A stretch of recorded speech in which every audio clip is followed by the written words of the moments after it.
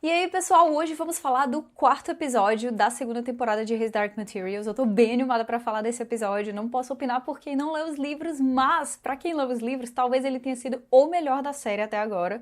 Pelo menos foi o que eu senti enquanto eu tava assistindo. E hoje eu vou falar um pouquinho mais baixinho porque eu tô com um problema no ouvido. E aí eu tô escutando a minha voz aqui na minha cabeça igual a narração da Zafânia no início dos episódios, sabe? Assim, 5 vozes uma em cima da outra, tá muito louco. Mas ainda assim não podia deixar vocês sem review essa semana. A gente começa aqui o episódio com um negócio meio Senhor dos Anéis, né? Galadriel narrando lá, falando da criação dos anéis e tal. Só que nesse caso é a Zafânia falando da faca sutil. Eu achei que ficou bem legal, eu achei que ficou bem bonito o que eles fizeram, mostrando Titagazi um pouco mais antiga, mostrando como era que funcionava a guilda. Eu não sei se vocês estão lembrando, mas essa temporada deveria ter um episódio a mais, que seria o episódio do Lord Asriel, e aí algumas coisas seriam explicadas com mais cuidado. Esse episódio deveria estar no meio da season, e agora ele não existe mais, porque eles deixaram ele pra gravar no final de tudo. A gente teve Covid-19, parou tudo, pararam todas as gravações e eles tiveram que rearranjar as coisas com o que eles já tinham. E colocar essa narração por cima é muito mais fácil porque não implica em levar alguém pro set pra aquela pessoa aparecer. Pra mim, seria ideal se o próprio Giacomo Paradisi pudesse ter narrado isso pro Will. Mas, se você parar pra pensar, se essa narração fosse ser feita, ela teria que ser iniciada com o Giacomo aparecendo fisicamente, e para isso eles provavelmente teriam que chamar o Terence Stamp para fazer outras cenas, e ele já é bem velhinho. Eu acho que isso realmente não ia rolar, principalmente no meio dessa pandemia. Então acabamos aqui com esse início de episódio que muita gente gostou e que muita gente também não gostou. Tudo bem, eu respeito os dois lados, mas eu acabei gostando bastante, acho que ficou bem bonito. Tá, mas aí a Zafânia fala que há 300 anos existia essa guilda de filósofos que ficou curioso sobre a ligação das menores das partículas, né, como é que elas funcionavam. Eles criaram esse instrumento, essa faca, que tem dois lados, que um dos lados corta qualquer material, que mais tarde aqui a gente vai ver até a Lyra falando que é a mesma lâmina que ela enxergou lá em Bolvanga, que era a lâmina que conseguia cortar o elo entre um humano e o seu Demon, e o outro lado consegue fazer cortes no próprio material que divide um universo do outro. Então aqui a gente finalmente entende como é que aquelas aberturas que o Lorde Boreal passava ali de um mundo para outro constantemente existem. Todas elas foram abertas pela faca sutil. Mas aí ela fala que essa guilda começou a acumular riquezas, né, usar a faca para benefício próprio, para conseguir de fato enriquecer e não para o que ela deveria ser usada, porque nas mãos certas ela poderia salvar o destino de todos nós. Se a gente vê a carinha lá de Will Perry, ele, o nosso querido portador da faca sutil, como veremos mais tarde nesse episódio. E uma coisa que eu achei muito legal é que na hora que eles estão em cima dessa varanda, a gente vê como se fosse o topo de das luminárias de Titagazi, né? E o topo dela imita o design da faca sutil. Então essa cidade inteira, ela gira em torno dessa torre, que por sua vez gira em torno dessa guilda com esse artefato. Então Titagazi é uma cidade que, como eu falei, ela realmente tá ali no meio do caminho. Todos os portais que vão para outros cantos são abertos de lá, porque lá é o canto da guilda. Então antes a gente não via isso porque a gente só via ele entrando na Oxford da Lyra e saindo na Oxford do Will, mas o Lorde Boreal o tempo inteiro estava passando por Titagazi, só que antes já existiam espectros lá, mas não eram tantos, só que a cidade ficou realmente entupida de espectros, né? Ficaram cheios, viraram essa praga que acabou expulsando de lá todos os adultos, incluindo a própria guilda, depois que a anomalia do Lorde Asriel foi aberta. Ela meio que desbalanceou o mundo inteiro. Daí eles estão andando pela cidade procurando uma maneira de entrar na torre e eles acabam achando essa porta misteriosa que tem um anjo na frente. Quem acha, obviamente, é o melhor de todos eles, que é o Pan. E ali a gente vê aquele canto que já tinha sido visitado no início do episódio na sua glória máxima, mas agora abandonado, né, e tal. E a gente vê aquelas estátuas de anjos gigantes, a gente vê aquelas estátuas dos homens da guilda e fica essa aura meio fantasmagórica justamente por estar vazio. E aí eles ficam meio, o que a gente vai fazer aqui e tal? E a Lyra diz assim, não, eu vou na frente porque a culpa disso tudo é minha. E aí o Will fala, não, já que a culpa é sua, pois então o seu papel aqui é me obedecer, fique quieta. Eu queria que tivesse uma parte que tem no livro aqui, que eles meio que levam um susto, e na hora que eles levam um susto, eles percebem que eles estão segurando a mão do outro, que é muito fofinho, e aí eles acabam soltando depois assim com muito cuidado. Mas tudo bem, porque a parte mais importante da relação entre eles dois, que na verdade são eles três, não foi cortada, e eu vou falar daqui a pouco dela. O Will e a Lyra acabam encontrando, né, um alçapão assim do qual eles saem e enxergam um homem, um velho, que tá no canto desse cômodo, que eles não sabem o que tá acontecendo, eles não sabem exatamente o que eles estão procurando ali, a não ser que existe uma faca. Ele tá amarrado ali no chão E ele se apresenta como Giacomo Paradisi, o portador da faca. E fala que na torre existe um garoto que tá se escondendo, que roubou a faca dele. Então, assim, fiquem atentos, porque tem alguma coisa que tá rolando aqui. O Will já tinha enxergado antes uma pessoa andando ali de um lado pro outro na torre, e a Angélica tava muito de olho. Vocês lembram que lá no primeiro episódio, acho que foi no primeiro episódio dessa temporada, a Angélica tá falando junto com a Paula e elas citam o Túlio, que é o irmão mais velho da Angélica, mas elas não falam muito sobre isso, né? A Angélica corta logo dizendo: quem? Não, nada não, tem nada acontecendo não. Não sei se ficou claro, então eu vou explicar um pouco aqui pra vocês. O Túlio é de fato o irmão mais velho da Angélica. A gente sabe que aqui em Tagazi, quando as pessoas se tornam adolescentes, que no mundo da Lyra seria mais fácil de observar porque o Demon da pessoa pararia de mudar, ela fica suscetível a ataques de espectros. É uma coisa comparável ao que aconteceu com as crianças em Bolvangar quando elas eram separadas dos Demons. Finalmente, então, vou comentar aqui sobre os espectros, tá? Eu não curti muito o design dos espectros na série, porque eu acho que ficou muito parecido com o Dementador. É uma coisa que eu definitivamente não imaginava desse jeito. E eu não imaginava eles voando por todo canto como se existisse uma capa. Em algumas imagens do trailer a gente viu ali, né, aquelas formas vindo por trás da Senhora Coulter que pareciam menos com dementadores e que não ficava claro se eles voavam, se não e tal. Porque a impressão que eu tenho dos espectros é mais como se eles andassem lentamente, mas eles estivessem em um número tão grande e eles nunca parassem de procurar você, e você eventualmente vai ter que parar pra dormir, pra descansar, pra comer, pra fazer qualquer outra coisa. Eles vão encontrar você e eles vão deixar você daquele jeito, né, catatônico, sem alma. Eu não queria que tivesse rosto, que tivesse nada disso, porque pra mim, quanto mais antropomórfico eles deixassem os espectros, talvez mais parecidos com os dementadores eles acabassem ficando e seria pior ainda. Isso aí é só minha opinião, porque eu não gosto muito dessa ligação de Harry Potter com Fronteiras do Universo. Acho que fica totalmente desnecessário. Mas a gente tem aqui o Jack Thorne, que é o produtor dessa série, que é o principal roteirista e que também trabalhou na peça lá de Harry Potter, né? Então, assim... E aí, voltando ao que tá acontecendo na Torre Deliangeli, a gente tem o Will encontrando o Túlio, esse cara que tá em busca da faca porque ele cresceu, ele vai ser morto, ele vai ser encontrado pelos espectros e ele precisa daquela faca porque todo mundo que é natural de Tagazi sabia que quem tinha esse artefato conseguia manter os espectros longe. Então, se o Túlio conseguisse roubar aquilo ali do Giacomo Paradisi e voltasse pra onde tá a Paula, a Angélica e todas aquelas outras crianças que a gente vê atacando um gato lá em certo momento, todo mundo junto, se ele voltasse pra lá e todo mundo ficasse perto, todos eles estariam protegidos dos espectros e eles podiam passar o resto da vida deles lá, virar adultos e tal, e ninguém teria que temer nada. Acontece que essa faca, ela escolhe quem é o verdadeiro portador dela. E aqui, depois de uma briga que rola entre eles dois, e a gente tem até o Will enrolando ali uma corda na mão dele, né, fazendo valer aquele conhecimento que a gente tem da primeira temporada de que ele é um lutador de boxe. Porque por mais que o Túlio esteja segurando a faca sutil, que é perigosíssima e que deixa bem claro que é perigosa na hora que ele passa assim sem querer e corta aquelas duas asas bem pesadas de ouro maciço daquele anjo. Então, por mais que ele tenha essa vantagem, o Will sabe lutar. E aquele é só um garoto. Tudo que o Will precisa fazer é escapar dos golpes da faca. E aí, naquela hora, no pesado da briga, o Will é jogado ali por uma janela, né? Pá, quebra a janela e tal, caos e desordem. E você pensa, pronto, isso aqui é o máximo que vai acontecer e tal. E aí o Túlio entra e faz o impensável. Ele chuta o Pan no formato de panda vermelho. Quem faria isso? Ou uma pessoa muito má ou uma pessoa muito desesperada. Eu tendo a acreditar que o Túlio tá mais ali do lado do desesperado, porque a vida dele tá praticamente acabada. Ele não tem como sair de Tagazi, ele não tem como sair sozinho, os espectros vão atrás dele, ele não sabe nem pra onde fugir, ele não tem como levar... Assim, imagina, né? Ele realmente não tem nenhuma outra escolha. Mas aí, quando ele chutou o Pan e ele saiu bolando assim, eu fiquei com meu coraçãozinho na mão.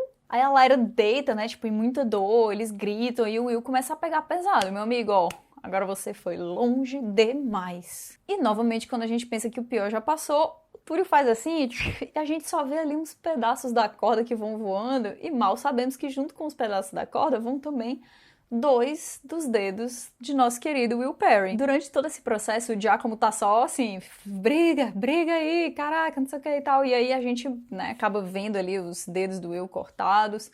Novamente, aqui eles diminuíram muito o tanto de sangue, porque no livro vira uma grande coisa como a mão do Will jamais para de sangrar e como ele tem dificuldade de manter a consciência ao longo dos dias que vem aí pela frente, porque ele tá perdendo tanto sangue que ele tá quase desfalecendo mesmo de hemorragia. Mas aqui, assim, dadas as devidas proporções, eles deram a entender aí que o negócio foi sério. O Will apaga, como qualquer pessoa apagaria depois de saber que perdeu 2 dedos e aí tava brigando ali 100% na adrenalina e não sabe o que está rolando. E é acordado pela imagem mais sagrada e maravilhosa do mundo, que curaria qualquer doença, qualquer ferida, qualquer problema. A Lyra explica que eles estão no quarto do Giacomo e o Giacomo chega lá com birita pra criança, né? Obviamente o Will não tá na idade de bebê, mas aí o Giacomo chega e diz assim: meu amigo, você perdeu 2 dedos. Vamos ultrapassar aqui algumas barreiras. Pega esse licor, beba, melhore, beba todinho aí que é pra ver se distrai da dor. E nessa hora ele explica pro Will que ele é o portador da faca sutil. O Giacomo, ele já não teria tanto tempo pra explicar as coisas com calma. E aqui na série, como a gente tem menos tempo ainda, as coisas são bem corridas.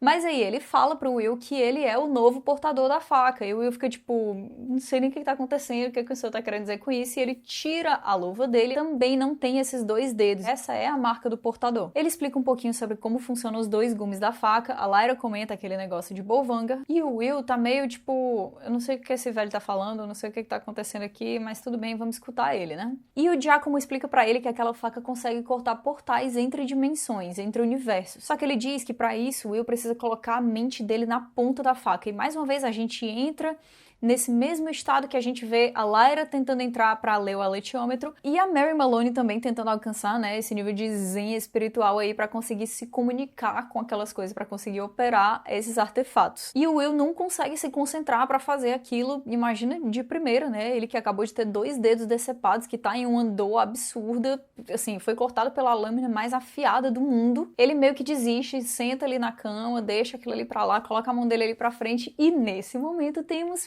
Pantalaimon chegando pertinho dele, né, se aproximando ali da mão do Will, fazendo um carinho, e existe um tabu muito grande no mundo da Lyra, que humanos não podem tocar os demons de outros humanos. E o Will, que não é daquele mundo, a gente já viu o Pan comentar, né, que ele sabe que não pode pegar em mim, né, mas foi uma coisa muito leve, muito, assim, acho que ele nem prestou muita atenção e ele não entende se fez alguma coisa de errado, só que a Lyra fica meio tipo... Pan! Porque isso é um nível de intimidade, é a sede que o seu espírito tem de interagir com aquela pessoa que você nem sabe, mas você considera tanto, aquela pessoa que mal imagina que tem um destino tão interligado com o dela. E aí a Lyra faz aquela explicação de novo, porque tem algumas pessoas da audiência que ainda não entendem que existe esse tabu, que é complicado e tal. Então, essa explicação, por mais que ela acabe incomodando algumas pessoas que já sabem, ela funciona muito bem para os membros da audiência que não leram os livros. E eu sou sempre a favor de melhorar a experiência para quem não leu os livros, porque eu quero mesmo é que essa série alcance todo mundo. Eu não quero que ela fique só ali na mão dos leitores, não precisa disso. E a Lyra, né, chega lá, coach quântica, explicando pro Will que ele tem que aceitar a dor, aceitar aquele estado. E o Will consegue, depois de um tempo, concentrar a mente dele na ponta da faca e ele acaba, assim, sentindo uma coisa no ar que é uma linha que divide dimensões. Fiquem atentos que o design dessas linhas, tanto eles ficaram assim, perfeitos com o que eu imaginava no livro, como eles são também paralelos dos universos paralelos que a gente vê na apresentação da série, né? E aí quando eles vão se comprimindo totalmente, eles vão virando essas linhas que ele consegue cortar e eles veem ali, do outro lado, um outro universo, um novo mundo que foi aberto pela faca sutil. E o Giacomo Paradis explica pra ele que existem 3 regras, basicamente, que você não deve dar a faca pra ninguém, só você pode usar, que você tem que fechar todas as janelas que você abre e que você tem que manter segredo. Aliás, também tem a 4ª regra, né, que você deve ter cuidado pra não usar a faca por motivos vãos, não deixar aquilo ali inflar o seu ego e você se tornar alguém raso e que quer juntar riquezas e que se desfoca da sua missão principal. Ah, Kátia, então por que tinha janelas abertas se existe essa regra de você ter que fechar todas as janelas? Primeiro, porque às vezes as pessoas são burras, né? Às vezes elas estão distraídas, às vezes elas estão vindo de um universo onde elas estão fugindo de alguma coisa, onde elas estão machucadas, onde elas não têm tempo de fechar e elas estão tensas. Coisas que eu não achei ideais. Eu não gostei que o Will nessa cena tá sorrindo, sabe? Ele tá sorrindo com a aprovação do Giacomo, ele tá sorrindo com o que ele conseguiu fazer ali, mas na minha cabeça, nessa hora, o Will, ele tá muito mais... Eu não quero fazer parte disso, eu não quero ser o escolhido, eu só quero fazer o que eu preciso, encontrar o meu pai, cuidar da minha mãe, resolver os meus problemas. Eu não tenho tempo nem condição mental pra entrar nessa outra side quest, ainda mais agora que eu perdi 2 dedos, eu tô aqui morrendo de dor, eu só preciso resolver isso, essa desgraçada que perdeu essa diabo desse aletiômetro e agora eu vou ter que trocar esse negócio com aquele outro cara. Não me deem mais responsabilidades. Eu não quero ser essa pessoa.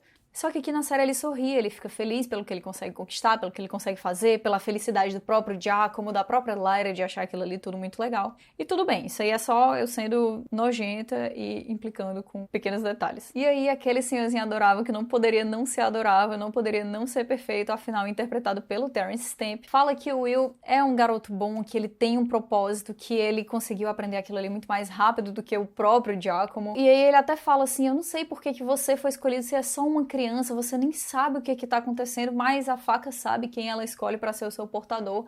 E fica meio que subentendido que a faca tem essa consciência de qual é o papel dela dentro daquele mundo e ela vai mudar de uma mão para outra, mudar de um portador para outro para conseguir chegar onde ela precisa chegar. O Will e a Lyra chamam o Giacomo para ir junto com eles para que ele não seja atacado pelos espectros, só que ele já tá assim, olha, eu quero completar o meu destino aqui, realmente em particular, não quero ser perturbado, a decisão já tá tomada e tal, ele vai lá, saúda assim os meninos e vai embora.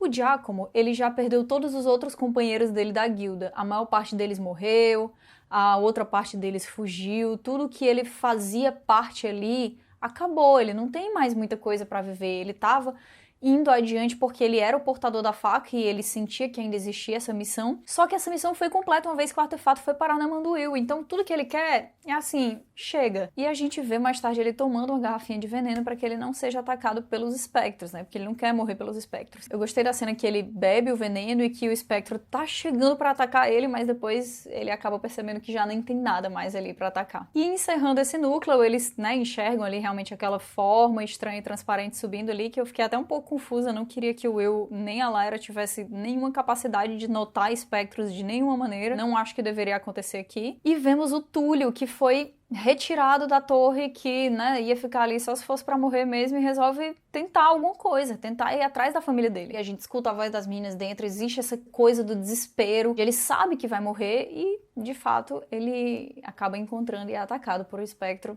logo ali. E a gente vê Will e Lyra dentro do banheiro, Will tomando ali, um banho de banheiro, tentando trazer a cabeça dele pra algum lugar que faça sentido dentro daquela dor absurda que ele tá sentindo, dentro daquele novo conhecimento de que ele é o portador daquele negócio que ele nem sabia que existia, que ele nem sabe qual é o propósito daquilo ali, que ele nem sabe qual é o propósito dele mesmo. E a gente vê a Lyra entrando no banheiro do mesmo jeito que o Roger entrou no final da temporada passada, quando ela tava tomando banho de banheiro, entrando de costas e tal, que até o Roger entrou e a Salcílio também entrou dando uma reboladinha assim de costas. Acontece a mesma coisa com o Pan aqui. É muito adorável, é muito legal. E a gente vê aí uma demonstração de que dessa vez, nessa cena, nesse momento, a Lyra nem é o personagem principal, ela é de fato uma co-protagonista do Will aqui, apesar dela ter dominado bastante a primeira temporada e que ela vai dominar ainda muitas coisas por essa série inteira. Só esperamos que não acabe do mesmo jeito que acabou pro Roger. Eu tô rindo, mas eu tô triste. E acontece uma coisa bem legal aqui, que é a Lyra enxergando o Will pela primeira vez como alguém realmente importante e a quem ela realmente admira. Ela fala que o aletiômetro, antes de ser roubado, contou que o Will era importantíssimo. E ela fala assim, e aí, o que a gente vai fazer agora? O que vai rolar e tal? E o Will fala assim, olha, teremos que roubar o aletiômetro de volta. E estamos entrando aqui na tour Ladrão que Rouba Ladrão tem 100 anos de perdão. Mas isso só no próximo episódio. Ela vai embora do banheiro, deixa ele lá, em paz com os pensamentos dele e diz assim, boa noite, Will Perry, portador da faca. E ele diz, boa noite, Lyra Silvertongue. E eu fico como... E passando para o nosso segundo núcleo principal, temos Stanislaus Grumman na frente de uma porta segurando aquele anel em uma cena que é bem parecida com a cena que a gente viu do Will no trailer dessa série. E, a gente vai descobrir que esses dois personagens têm uma ligação muito forte ali com o outro. E depois disso a gente vê a nossa pessoa tão amada, que é composta por Liz Corsby e Esther, navegando ali no barquinho que ele disse que ia procurar, que ele não ia atrás do balão dele, porque o magistério ia esperar que ele fizesse isso. E a gente não faz muita ideia de quanto tempo eles estão ali, de como é que tá sendo essa jornada. Eles dão a entender que o Lee tá procurando já por várias cidades, que ele já tá procurando há vários dias, que eles já estão ali naquele barco até não aguentar mais. E tem até uma hora que a Esther fica agindo como se fosse a mãe dele, Eu amo quando isso acontece, que ela diz assim, passa repelente, as muriçocas vão te comer vivo aqui, menino, e tal. E ele fica tipo assim, eu não aguento mais, repelente, chega.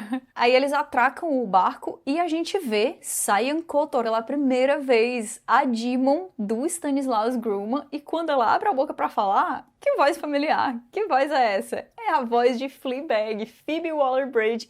Porque sim, temos uma reunião de Fleabag aqui. Padre Gato, que agora é Xamã Gato, e Cyan Kotor, que é a Demon deles. Não sabem onde é que eles estão indo, mas ao chegar no canto, ele encontra esse cara misterioso de nome Jopari, que aqui eles falaram Jopari, mas pra mim é Jopari. O Lee fala pra ele que tá procurando uma pessoa muito específica, que é o Stanislaus Grumman, e pergunta se aquele é um dos nomes que o John Perry tem, e ele diz que sim, só que agora, né, ele é conhecido ali por Jopari. No livro, quando isso acontece, o Lee acaba chegando em uma tribo de pessoas que acabam levando ele até esse xamã, até essa figura misteriosa, que é conhecida por todo mundo como Jopari. E no livro também, a gente tem um mistério muito maior de quem é esse cara, quem é esse Stanislaus Grumman, que tem esse outro nome Jopari, que ninguém nunca ouviu falar, o que tá acontecendo. E a gente só vai descobrir que Jopari vem de John Perry muito na frente da Faca Sutil. Aqui na série, a gente já viu o rosto do Andrew Scott como o pai do Will muito antes, na primeira temporada, naquelas entrevistas, e até quando o Lorde Boreal fala que tá procurando o Stanislaus Grumman e mostra a foto dele. Eu entendo por que eles fizeram isso, é muito mais difícil você manter esse mistério quando as pessoas têm rosto, né, e quando é uma mídia muito mais visual, mas como é um dos grandes plot twists do livro, e você fica... O pai do Will é o Stanislaus Grumman! Caraca, eu não esperava por isso. Fico um pouco triste que tenha sido assim. Porém, a gente vê ali na testinha dele, né, aquela cicatriz ali circular que, caso vocês não tenham notado, apesar de eu ter avisado aqui pra vocês, é uma cicatriz de trepanação. Esse processo, né, de abertura ali do crânio, que aqui é feito de maneira ritualística para que a pessoa consiga se comunicar com o pó muito melhor, né, que ele tem essa ligação com essas partículas de sombra. Coisa que também não é explicada na série. Mas tudo bem, acho que eles devem fazer isso depois. O Lee entra logo na casa do Jopari e fala, ó, fiquei sabendo aqui que você tem acesso a esse negócio, essa arma muito poderosa que protege qualquer pessoa que a tenha e tal. E aí o Jopari fica tipo assim, ó, não foi você que veio me procurar, não foi você que tomou essa decisão. O que aconteceu é que eu invoquei você, e eu invoquei você usando isso aqui. E ele mostra e o Lee fica tipo, esse anel pertencia à minha mãe, como é que isso chegou até você? E não é explicado também, mas o Jopari fica só tipo... tolinho. E ele começa depois a explicar um pouco mais pro Will sobre a Faca Sutil. Ele diz que aquela arma, que também é conhecida como Asa Heather, ela pode cortar não só material, né, não só carne, mas também espírito, que pode cortar entre um mundo e outro e que pode matar imortais. Tenho isto em mente. E ele fala que sabe como aquilo ali funciona, que sabe que aquela faca vai em breve encontrar outro portador e que eles têm que encontrar esse portador novo e levar ele pro Lorde Azriel. E o Lee fica tipo assim, olha, o Lorde Azriel é insuportável, eu não gosto dele e tal. E aí o Jopari fica tipo assim, gostar? Sim, ele é insuportável, ninguém gosta dele. Essa é uma coisa que todas as pessoas nesse universo conseguem concordar, que o Lorde Azriel é uma pessoa insuportável, mesmo que ele seja o James McAvoy, que torna o trabalho de detestar ele bem mais difícil do que deveria ser. E Jopari diz assim, não confundam o homem com a missão. A gente tem aqui uma guerra muito clara entre dois lados. Um dos lados dessa guerra eterna é formado por aqueles que querem reprimir, por aqueles que querem mandar, por aqueles que não querem que nós sejamos seres capazes de questionar, capazes de aprender, capazes de consciência. E o outro lado é formado por aqueles que querem que nós saibamos cada vez mais, que nós sejamos capazes de questionamento, capazes de cada vez mais sabedoria, mais força, capazes de explorar, de descobrir as coisas por nós mesmos. E ele diz que os dois lados dessa guerra estão ali se juntando para essa grande batalha e que se eles querem que o lado correto tenha alguma chance de vencer essa guerra, o Azriel vai precisar dessa faca. E o John Perry coloca aqui, né, como esse personagem é importante, apesar da gente não encontrar ele nessa temporada. E aí o Lee fica tipo, muito legal, muito bacana aí sua história, parabéns aí para o senhor e para essas pessoas que estão entrando nessa guerra, mas eu vim aqui por uma razão, e essa razão é uma garota chamada Lyra. Ela é a melhor pessoa que eu já conheci, e eu não vim aqui para ajudar o pai dela. Ele abandonou essa criança, deixou que ela cuidasse dela mesmo. Tipo, quem é que faz isso? Qual o pai que abandona o seu filho? E aí o Jopari fica tipo... eu. E ele conta, né, que deixou a esposa dele, que deixou o filho dele, e fica tipo assim, eu achava que o meu trabalho era mais importante que isso. Que burrice dessa minha cabeça desgraçada que não entendia quais eram as coisas que eram importantes. E aí o Lee fica tipo assim, então você desistiu de encontrá-los? E ele fica tipo, não é que eu tenha desistido. É mais que agora eu tô em paz com as minhas limitações. Exatamente como eu, pessoalmente, me sinto em relação a fazer vídeos de review dessa série agora com menos de 20 minutos. Não vou conseguir. Estou em paz com as minhas limitações. Tudo bem, eu entendo Joe Parry. O Stanislaus Grumman fala pro Lee que esse é o mundo que ele quer construir pro filho dele, um mundo em que possa existir consciência, curiosidade, bondade, que eles possam explorar, que eles possam ser essas criaturas conscientes que procuram a experiência, que procuram a sabedoria. E que é por isso que ele tá se envolvendo tanto assim nessa guerra, né? E aí o Lee fala pra ele que o que importa é que ele quer que essa coisa proteja a Lyra. E pede, por favor, pro John Perry prometer pra ele que ele vai fazer o dono dessa faca aí, ficar do lado da Lyra, proteger a Lyra. Mal sabem eles dois o que tá acontecendo, porque o John Perry diz aqui, tudo bem, eu prometo que eu vou fazer o meu melhor, mas saiba que o portador da faca, ele vai ter uma própria missão e que essa missão pode colocar a Lyra em mais perigo ainda. Então, assim, eu posso prometer que eu vou fazer isso acontecer, mas eu não posso prometer também como é que vai ser o caráter desse portador novo. Pode ficar tranquilo, John Perry, pode ficar tranquilo que eu garanto que o caráter desse portador vai ser bom. E aí eles decidem que vão atrás desse portador que o John Perry diz que pode ser guiado até eles, mas é isso aí. O Lee fala assim, olha, eu sou um cara procurado aqui nesses meios, então é melhor a gente pegar meu balão. Balão esse que a gente não faz muita ideia de como ele recuperou, mas eu quero acreditar que já estava lá esse tempo inteiro, no mesmo cantinho e que ele só não tinha ido atrás antes porque o pessoal do magistério estava de olho, mas que agora que eles já estavam distraídos, meio que já tinham desistido ali de ficar vigiando o balão, eles voltaram para aquele lugar. Como eu já falei no episódio passado, isso acontece de um jeito bem diferente no livro. Mas, ainda assim, Lee Scoresby é um cara procurado, então eles têm que ficar atentos ali. Ele fala, não tá rolando vento aqui, não sei como é que a gente vai. E o Stanislaus Grumman fala assim,